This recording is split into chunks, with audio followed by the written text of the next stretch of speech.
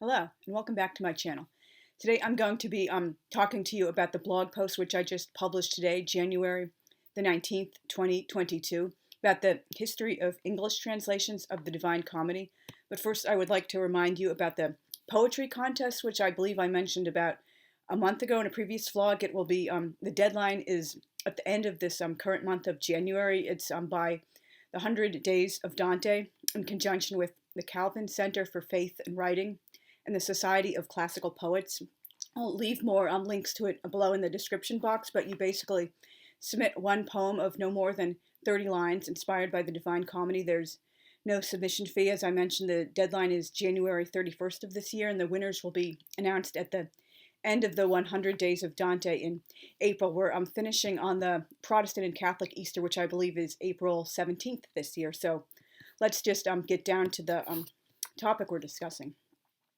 Though Dante's Magnum Opus made him a celebrity in his own lifetime, and lectures and classes were widespread almost immediately after its completion in 1321, the year of his death, it took quite some time for the poem to be translated into English. In fact, it wasn't until 1782 that the first known partial translation was published, although obviously it's possible, particularly in the era before the printing press, someone may have made like a casual, informal translation, just privately distributed it, but we're talking about, known, widespread, published translations in English. Meanwhile, full translations in Latin, French, Spanish, and a few other European languages had existed for years. Dante's obscurity in the Anglophone world continued into the late 18th century. He was also barely known in Germany, and there was a general dearth of translations beyond the original standards. But obviously, if people knew he existed and they could just read the poem, if they knew Italian or Latin or French or Spanish or one of the other languages it was translated in, or for example, if Portuguese people would frequently read it in Spanish, because from what I know and have read of Portuguese, it's about 80% similar, so there's a great mutual understanding, but there were no translations in a lot of these languages. You would either have to read it in a mutually intelligible sister language or a language you already happen to know, which was very unfortunate. Most languages did not have a translation until the late 19th century or even later sometimes, but obviously that's a completely different topic for another video and post, possibly in future. I might do a specific topic just about translations into other languages in general, not just the history in English. And why might that be, that the poem was not widely or at all translated into English or German or many other languages?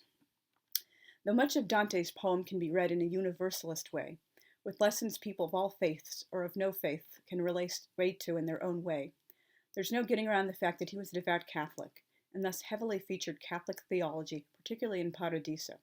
The countries where his poem languished in obscurity were primarily Protestant, and some of them, for example, Russia, were Orthodox, where obviously there's a lot of theological similarities between the two churches, but they were not, in harmony, for example, for reasons too long to get into here. So basically he was not part of the majority religion, and that was just not something they knew how to deal with or even like to acknowledge. Thus, Dante was seen as distasteful, heretical, and uninteresting. His frequent incorporation of classical antiquity didn't help his reputation either. In 1782, British art collector Charles Rogers anonymously published a blank verse translation of Inferno. A full translation in rhymed six-line stanzas was done by Irish cleric Henry Boyd between 1785 through 1802, with essays, notes, and illustrations.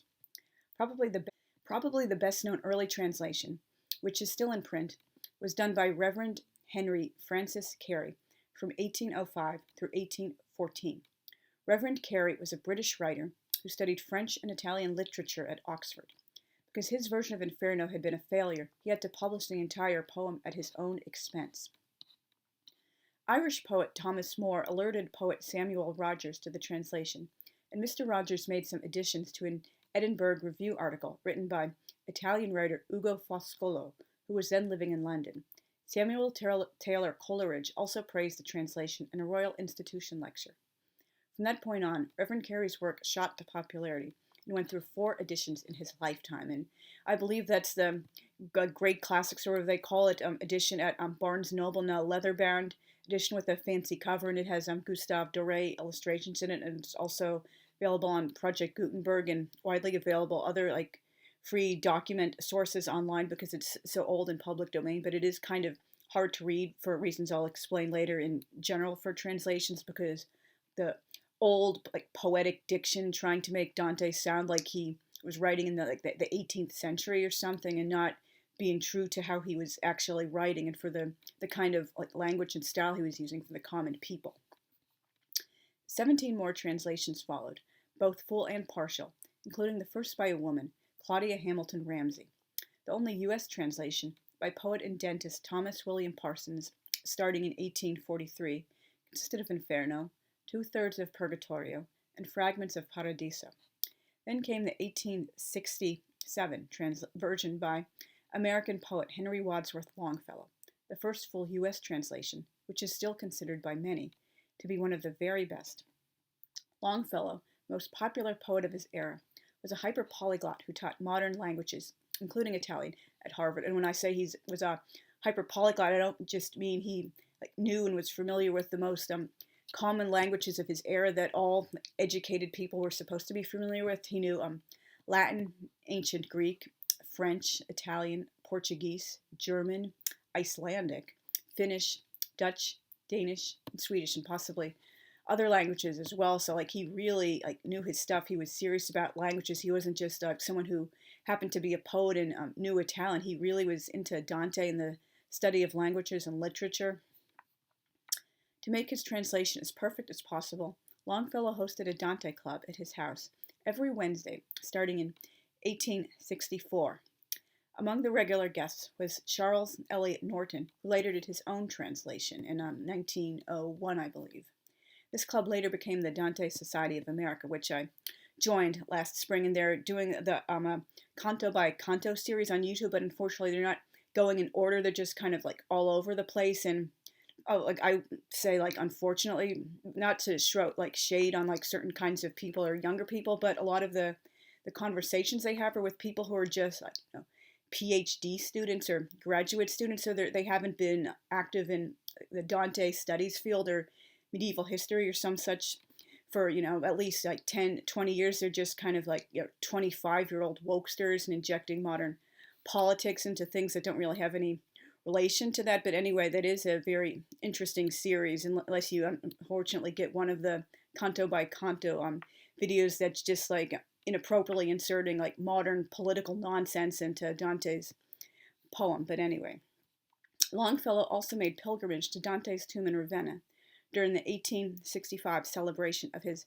600th birthday. And I know this is kind of embarrassing. I read Dante's Bones last year. I think it might have mentioned him going to the tomb before the celebration because he was such a lover of Dante. And if he did, his bones would not have been there because until they were doing some excavations in 1865 and they discovered his bones in a wooden box a short distance outside of the tomb. Monks had secretly moved them in 1519 because they were supposed to be finally taken back to Florence, and they didn't want Dante's native city to get hold of his bones. They felt Ravenna owned his remains, so they moved them secretly by night, and for centuries nobody knew where they were. Many people making pilgrimage to the tomb didn't even realize it was empty, and so if Longfellow came before then, he would not have realized they weren't there, but obviously they were there after the 600th birthday celebration. And I do recommend Guy Raffa's Dante's Bones. It's a very interesting thing, and also interesting to note that the date his bones were discovered was May 27th, 1865, which possibly might have been his birthday because we know he was a Gemini and born sometime in late May, and May 27th is the birthday I'm using for him in my alternative history. So anyway, 20 more translations followed during the remainder of the 19th century. This revived interest in Dante in the Anglophone world included a great many artworks, primarily by the pre-Raphaelite Brotherhood, and I will be having a future video spotlighting some of the artwork of Dante. Whereas statues and paintings had traditionally depicted him with a stern, hatchet face and aquiline nose, these new artistic treatments gave him a warm, even romantic look, making him look, more human, like just a regular bloke on the street, not just some tough, stern, prophet who thinks he's so intelligent and so much better than anyone. And we know because of modern forensic reconstruction of his face, or at least as great as possible. There were a couple of bones missing, so they had to find close enough substitutes. We know he wasn't classically handsome. Probably even he himself realized that. But sometimes your inner beauty shines through, and he wasn't what I would consider like ugly, just like an average person. But he did have a warm human look, not like these like statues and artworks are traditionally trying to make him look like such this stern old prophet. Scores of translations were published during the 20th century, with at least 5 in every decade. The only exception was during World War II, when production of everything not war-related entirely ceased or crawled along at a snail's pace. In 1948, the translation industry sprang back to life. In 1966, Gilbert Cunningham published a 2-volume critical biography of all known English translations up to that time. He singled out Joseph Hume's 1812 blank verse Inferno and Patrick Bannerman's 1850 complete translation in irregular rhyme as the absolute worst. And I'm obviously not familiar with any of these like super old like translations for reasons I'll explain later, but I guess they are out there if you want to find them in antiquarian bookstores or look on eBay or antiquarian book dealers or some such. The bulk of all these translations had been done by poets, English professors, literary critics, clergy, people who studied languages. The devoted Dante scholars, medievalists, and other people like, for example, classicists, have been few and far between. Barely any of them had any Italian heritage or expertise in Italian studies either, but that has started to change over the last few decades. Most people doing translations now do seem to have like more like academic scholarly grounding in like Dante studies, Italian studies, medieval history, and Italian language, and things like that, which do make for a better reading experience because they have that grounding in more than just poetry, although obviously in some reasons you do need like a poet's ear also. It's not just like a work of literature you're translating, it's also a work of poetry, and you really need to harness the best of both worlds for the greatest, strongest translation. Thus, most translations were done in terza rima, irregular rhymes, Spenserian stanzas, quatrains, rhymed 6-line stanzas, several other poetic styles. At least until the 1930s, many of these editions also featured dated poetic contractions like, for example, oer, eaten, loved, ne'er, to ards, poetic diction putting words in a non-intuitive order, and Elizabethan English trying to make Dante sound like Shakespeare. Today the consensus among Dante scholars has completely shifted, and terza rima is seen as too complex to accurately reproduce in English without taking significant linguistic liberties, although obviously there are some terza rima translations that do make it sound really pretty and the reading is smooth, but it's just, not exactly what Dante was saying, and more than just gently creative liberties for the sake of making the meaning like more beautiful or more clear or emotional or what have you. Translations of all pre-modern works are also now done in modern standard English, instead of forcing an old form of English on languages that never had equivalent grammar and pronouns, like, for example, Latin, French, Hebrew, Aramaic, and obviously Italian and such. Shakespeare might be a bit difficult to read because he used a different form of our language, but I don't really mind those challenges, since that's how he actually wrote. Dante wrote in the vernacular, the language of the common people, rendering his work with words like wouldst, thou, havest, doth, wert, wast, shalt, or saith, and thy not only misrepresents him, it's also very distracting and annoying to the average modern reader, although within reason I don't mind like a couple of like old words, like if it's used for poetic effect or something, like, thee or thou, or like abandon all hope, ye who enter there. That's fine if it's, done very judiciously and for a certain reason, but it's when used over and over again, it's really distracting and annoying, particularly knowing he didn't really read or write in that way. He was writing in the language of the common people, and a lot of historically translators and like scholars and such, they genuinely didn't seem to like have any understanding or respect for the fact that older forms of languages, not English, were not the same as like Old English and Middle English and Elizabethan English. They just had, older forms of words in their own way, or maybe the grammar was slightly different, but it was not like exactly the same as like Elizabethan English, which is, kind of ridiculous, and I'm glad scholars no longer think that way. Another thing to keep in mind with old translations is the handling of coarse language. Many times they indicate vulgar words or sentences with long dashes or leave it out entirely. Others dance around it with euphemisms like make wind, rump, and filthy. That kind of misses the point, since Dante deliberately uses worse and worse language. The lower we get in hell. Who expects hell to be a place of beautiful poetry? And I'm told, obviously, this is again a subject for a different post, but for certain languages, like particularly in the Arabic languages, they entirely leave out the section with Prophet Muhammad and Inferno, not just because they're like devout Muslims themselves or they're afraid of fatwa or something. It's just censorship laws. And in the U.S. during the late 19th century and up until all the way until 1965, it was finally completely repealed. People had to go something called the Comstock Act, where you couldn't send like so-called obscenity through the mail. This made it impossible even for married couples to get access to information about contraceptives, just like extreme censorship codes, which was like really ridiculous, and it made hard for people to fully express themselves or like distribute like accurate information about like science and medicine and like genuine translations or just literature in general, because there was this strict puritanical code. Oh, these are certain naughty words or subjects you can't talk about, and everyone suffers when censorship is instituted like that. The only antique translations still in print I'm aware of are Longfellow and Reverend Carey. And even the average used bookstore is likely to have the others, though a good antiquarian bookseller might have a few in stock.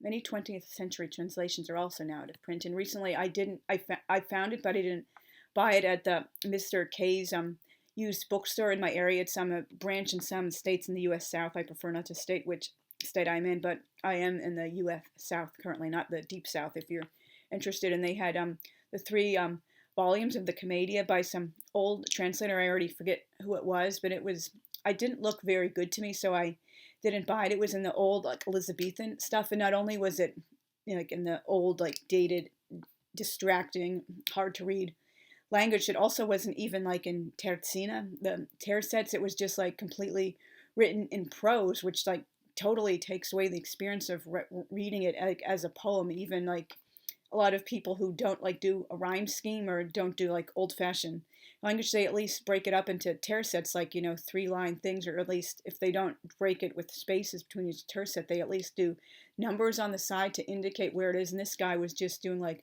complete prose for something that was written in poetry, and not even breaking it up into separate tercets or stanzas, which is kind of like ridiculous. The most popular and easy to find translations currently seem to be Mark Musa, John Chardy, Dorothy Sayers, Alan Mandelbaum, Robert and Jean Hollander, Robin Kirkpatrick, Robert Durling, C.H. Sisson, and Anthony Esselin. And I've discussed in several previous videos translations and which ones are the best and what you want to look for in a translation, and just things such as that. There are also popular standalones like Robert Pinsky's Inferno and W.S. Merwin's Purgatorio. Today there are more translations than you can shake a stick at, and the volume grows each year. Perhaps someday we'll find the elusive unicorn, a terza rima translation that manages to be both linguistically accurate and true to the poetic original without taking any liberties, and which would also incorporate a scholarly, extensive background in Dante studies, like Italian literature, medieval history, and related fields like that, for the complete perfect ultimate package. Although at least we can dream. Always keep in mind that not all translations are created equal. You don't want to just grab the first or cheapest one you see at the library or the bookstore. Take some time comparing and contrasting, and make sure your edition has lots of good supplemental material. If you're building a collection, you also don't want to mindlessly buy every translation you find either. Quality over quantity. So thank you very much for watching to the end.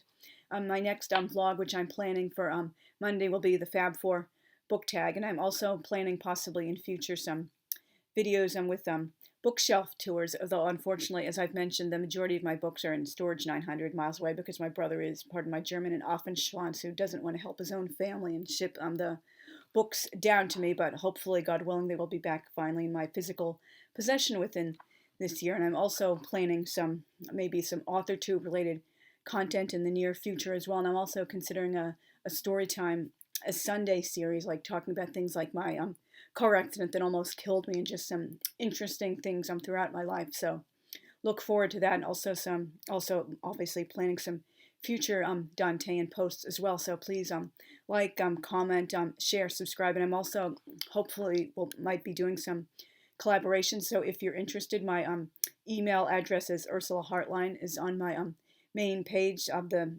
YouTube page. So please get in touch with me if you'd like to do some collaborations in the future. And thanks again for watching. See you very soon. Thanks. Bye.